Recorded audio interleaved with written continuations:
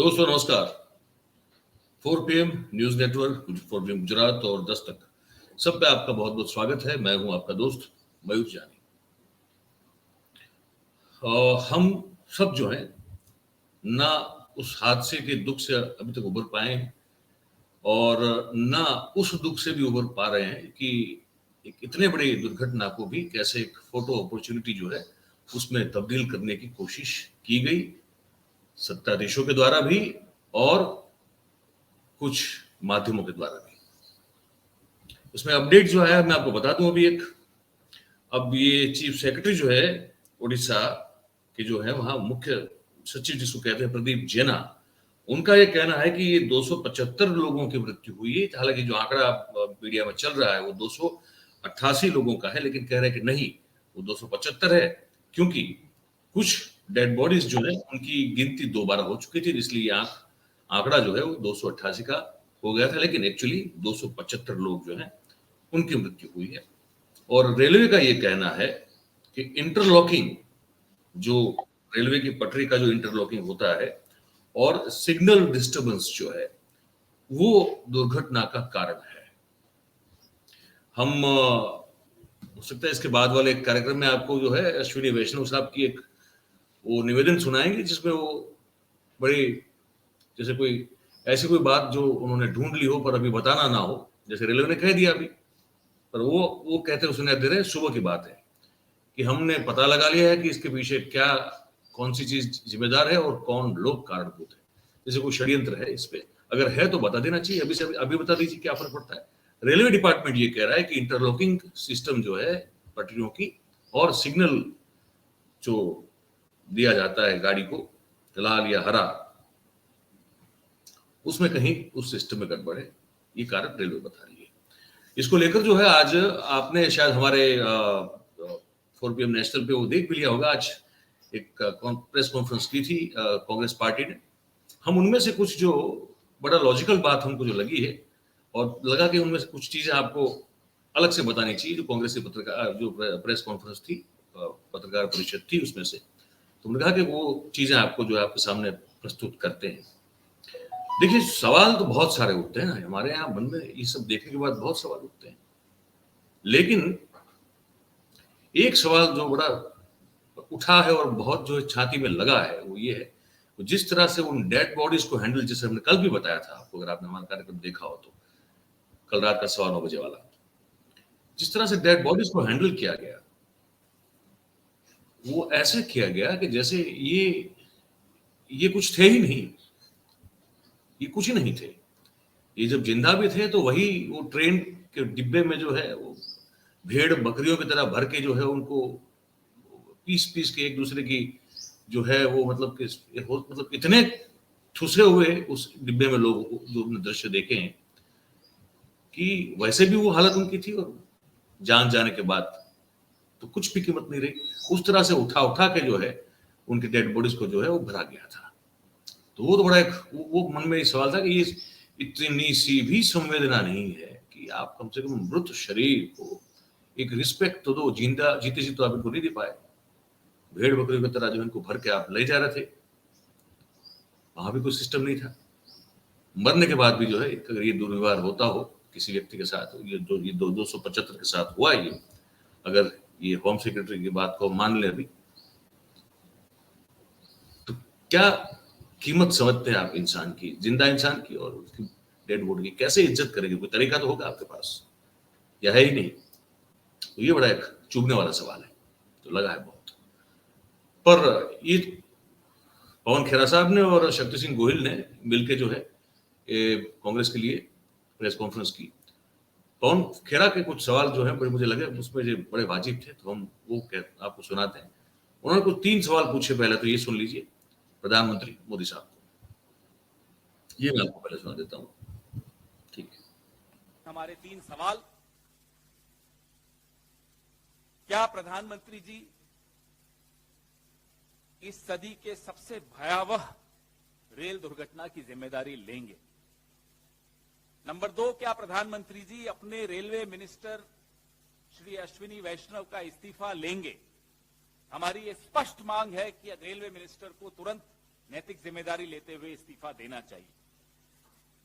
CAG report, parliament की standing committee report, इन तमाम रिपोर्टों का, और ये 9 फरवरी की जो रिपोर्ट थी साउथ वेस्टर्न रेलवे की, इन सब रिपोर्टों पे जो सवाल उठते हैं, इन सवालों का जवाब प्रधानमंत्री जी की तरफ से कौन देगा, और मैं उम्मीद करता हूं कि सवाल आप उठाएंगे। माफ कीजिएगा, अगर ये कवच प्रधानमंत्री जी के आसपास आप लोगों ने नहीं खड़ा किया होता तो ये सवाल बहुत पहले उठते, सीएजी रिपोर्ट्स के सवाल उठते। इस रिपोर्ट को कहीं न कहीं छपते हुए हम देखते, इस पे चर्चा और डिबेट्स होती, तो शायद ये 288 लोग अपनी जान नहीं गंवाते। हमारा और आपका काम सरकार को जनता से बचाने का नहीं है, जनता को सरकार से बचाने का। अभी भी समय है, हम सबको ये जिम्मेदारी निभानी पड़ेगी, नहीं तो ये दुर्घटनाएं होती रहेंगी, लोगों की जान जाती रहेगी और यूं ही हम एक दूसरे को ढांढस बनाते रहेंगे। पवन खेड़ा पूछ रहे हैं प्रधानमंत्री जी से कि आप इस्तीफा देंगे क्या, या आपके रेल मंत्री जो है क्या वो इस्तीफा देंगे क्या। अंत में कह रहे हैं कि जरूरी काम यह है कि सरकार से जनता को बचाया जाए। एक और चीज वो कहते हैं, वो भी सुनिए आप, मुझे लगता है कि वो भी बड़ी एक लॉजिकल बात है। यही हम कह रहे हैं कि प्राण जाए पर पीआर न जाए, मोदी रीत सदा चली आए। अरे साहब, अब तो आप छोड़ दीजिए ये पीआर। कल आपने देखा, मेरे को बोलना अच्छा नहीं लग रहा ये बोलना, लेकिन आपने मुझे मजबूर किया। कल आपने फोटो ऑप्स देखी, मोदी जी बड़ी सी स्क्रीन पर अपने मंत्रियों के साथ, अफसरों के साथ बालासोर का हादसा देख रहे हैं। क्यों इतने कैमरामैन अंदर थे? उस वक्त मोदी जी के कपड़े क्या थे, वहां पहुंचे तो कपड़े बदल दिए। ये होता है फोटो ऑप। फिर कहते हैं साहब अश्विनी वैष्णव फोटो ऑप नहीं करा रहे। कल हमने देखा था क्या करा रहे थे, आज भी हमने देखा क्या करा रहे थे। आप में से एक रिपोर्टर बड़ी परेशान हो रही थी, इतनी गर्मी में मोदी जी वहां। अरे क्या मतलब है गर्मी में मोदी जी वहां? इतनी धूप, इतनी गर्मी, मोदी जी यहां आए हुए हैं, क्यों? कोई छुई मुई है? प्रधानमंत्री हैं भाई देश के, क्यों नहीं जाएंगे? हरी झंडी दिखाने चले जाते हैं, तब नहीं धूप और तब नहीं गर्मी दिखाई देती। वही हम कह रहे हैं, जो आप लोगों ने कवच खड़ा कर दिया है मोदी जी के साथ, ये देश को नुकसान हो रहा है इस कवच का। आपने तो मुझसे दूसरे कवच की बात की, मैं जिस कवच पे हमला बोल रहा हूं वो कवच बहुत ज्यादा नुकसान इस देश को पहुंचा रहा है। वो कोविड में भी पहुंचा, नोटबंदी में भी पहुंचा, इस दुर्घटना में भी पहुंचा, किसानों को पहुंच रहा है, बेरोजगार नौजवानों को पहुंच रहा है, गृहिणियों को पहुंच रहा है। लेकिन वो कवच आप लोग हटा ही नहीं रहे, तो हम क्या करें बताइए?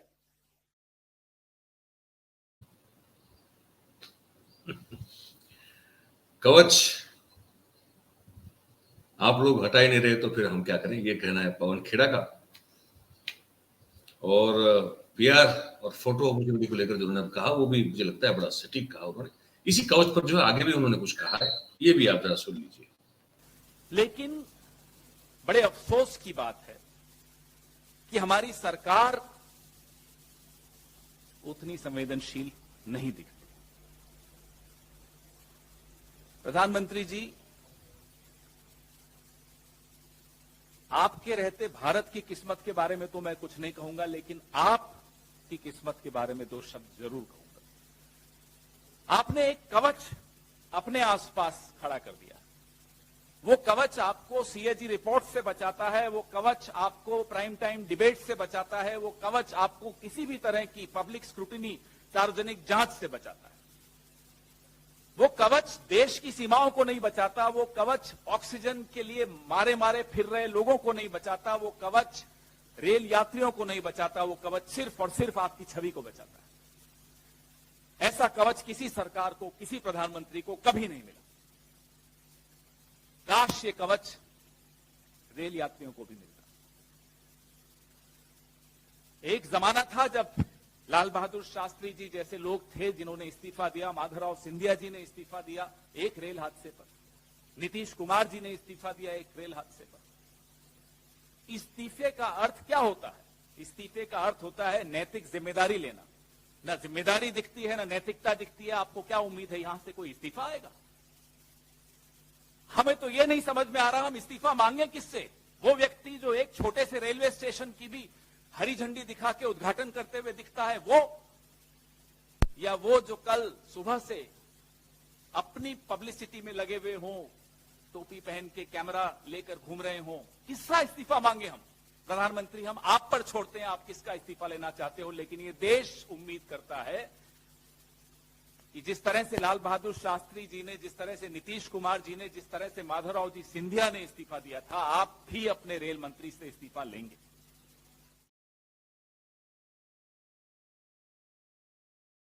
किए गए ना लाल बहादुर शास्त्री जी,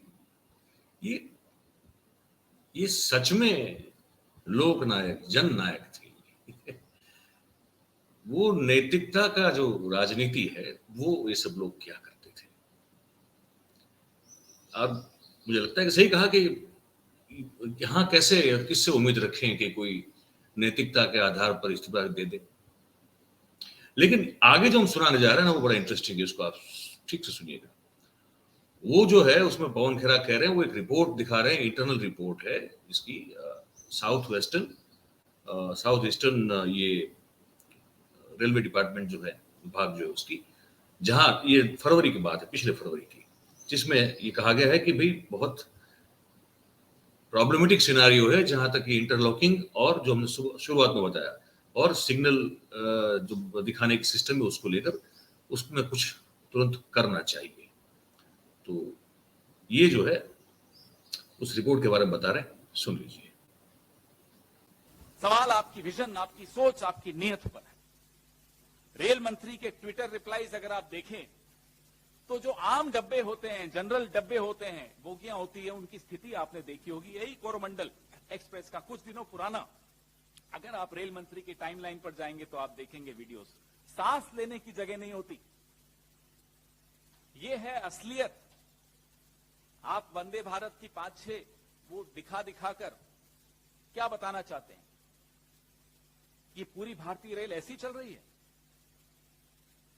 70 साल अलग अलग सरकारों ने भारतीय रेल को एक भरोसे की सवारी बनाया था। आप मित्रजाल में फंसकर आम नागरिक की चिंता छोड़कर सिर्फ और सिर्फ चमकती धमकती पीआर के ऊपर के चक्कर में पड़ गए। खुद रेलवे मंत्रालय की रिपोर्ट बताती है कि रेल विभाग में 3,12,000 भर्तियां खाली पड़ी हैं।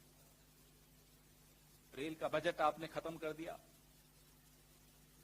भर्तियां आप भर नहीं पा रहे। हमारा इतिहास तो देख लीजिए, उससे तो सीख लीजिए कि कैसे जिम्मेदारी लेते थे, कैसे नैतिकता थी। लेकिन अब आपको एक नीति छोड़नी पड़े, प्राण जाए पर पीआर न जाए, ये नीति छोड़नी पड़े। अभी 9 फरवरी को शक्ति भाई और मैं अभी चर्चा ही कर रहे थे, 9 फरवरी को ये एक आंतरिक रिपोर्ट है जो ऐसा ही हादसा होते होते बचा, उसके पश्चात की रिपोर्ट है। ये रिपोर्ट भी मैं आपको सर्कुलेट कर रहा हूं, हस्ताक्षर हैं इस पे साउथ वेस्टर्न रेलवे के एजीएम के, principal chief operations manager South Western Railway. जब वो बता रहे हैं कि ये सिग्नलिंग जो इंटरलॉकिंग सिस्टम है, इसमें खोट है, अगर जल्दी ही इस खोट को दूर नहीं किया जाए तो इस तरह के हादसे होते रहेंगे। 9 फरवरी को ये रिपोर्ट सर्कुलेट हुई रेलवे मिनिस्ट्री में। उसके पश्चात क्या कदम उठाए गए ये भी हम जानना चाहते हैं।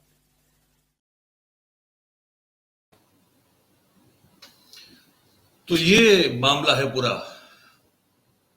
खुद वो जो रेलवे विभाग है वो खुद अपने रिपोर्ट में कह रहा है कि इंटरलॉकिंग सिस्टम में गड़बड़ी है, सिग्नल में गड़बड़ी है, उसको ठीक करवाइए जल्दी से। उस पर क्या हुआ अब तक कोई नहीं जानता। जैसे वो कल हम सुना रहे थे आपको, संदीप पाठक साहब की बात सुना रहे थे, जो कि रेलवे की स्टैंडिंग कमेटी के मेंबर थे। उन्होंने भी कल जो सीधी प्रतिक्रिया आके दी थी अपनी कि ये बहुत बड़ा प्रॉब्लम है और इस पर कोई काम नहीं हो रहा है। तो यही है। अब हम तो ये दृश्य देख रहे हैं, आप भी देख रहे हैं। वो 275 लोग, जो अगर हम बात मान ले मुख्य सचिव साहब की, तो 275 लोग तो ये नहीं जानते थे कि इंटरलॉकिंग सिस्टम में गड़बड़ है। वो कहाँ, मतलब जितने इंजर्ड हुए वो भी नहीं जानते थे। पूरी ट्रेन के जितने लोग थे, आने वाली जाने वाली, दोनों में से किसी को नहीं पता है। किसको पता होगा? रिपोर्ट तो ये बता दिया गया था, रिपोर्ट तो डाल दिया गया था फरवरी महीने में, लेकिन उसके बाद कुछ हुआ ही नहीं। रेल ट्रेन का उद्घाटन हो रहा है इस देश में, ये हो रहा है, वंदे भारत ट्रेन जो है उसका उद्घाटन लगातार हो रहा है, हम सब वो जान रहे हैं, लेकिन ये वहां गड़बड़ है, फेलियर है, इसके बारे में किसको नहीं पता, और जिनको पता है वो कुछ कर भी नहीं रहे हैं। अरे कर रहे हैं तो क्या कर रहे हैं वो कोई नहीं जानता है। तो यही है, इस कार्यक्रम में आपको ये बताना चाहते थे। आप अपनी बात जो है जो भी हो, ये नीचे कमेंट बॉक्स में आप जरूर लिखें, क्या सोचते हैं आप इस बारे में, और फिर जो है करें, जितना हो सके उतना शेयर करें, सब्सक्राइब करें, करवाएं, है ना। तो बस यही है कि ताकि हम जो है आप सबकी मदद से ज्यादा लोगों तक पहुंच पाए और हमारी बात जो है कह पाए, और हमारी बात वही है जो आपकी बात है। तो आप सब जुड़े हमारे साथ, आपका बहुत बहुत धन्यवाद। Thank you very much. नमस्कार।